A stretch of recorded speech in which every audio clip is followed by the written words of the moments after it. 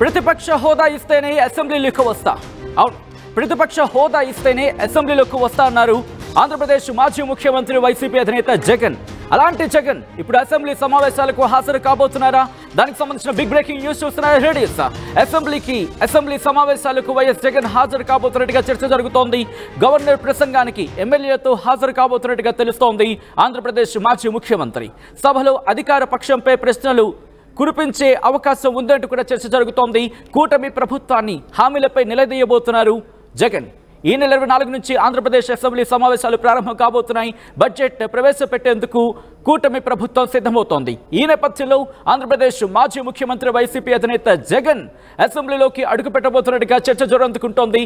ఈ నేపథ్యంలో మరి ముఖ్యంగా గత 2 రోజులుగా మరి ముఖ్యంగా ఇక్కడ వల్లభనేని వంశీకి సంబంధించి జైల్లో పరామర్శించిన తర్వాత కావచ్చు, లేకపోతే ఇటు మిర్చి రైతులని పరామర్శించిన నేపథ్యంలో కావచ్చు, ఈ ఘటనల తర్వాత ఆయన నెక్స్ట్ అడుగు ఎలా ఉండబోతుందంటూ కూడా ఆంధ్రప్రదేశ్ రాజకీయాల్లో తీవ్రమైన చర్చ జోరందుకుంది.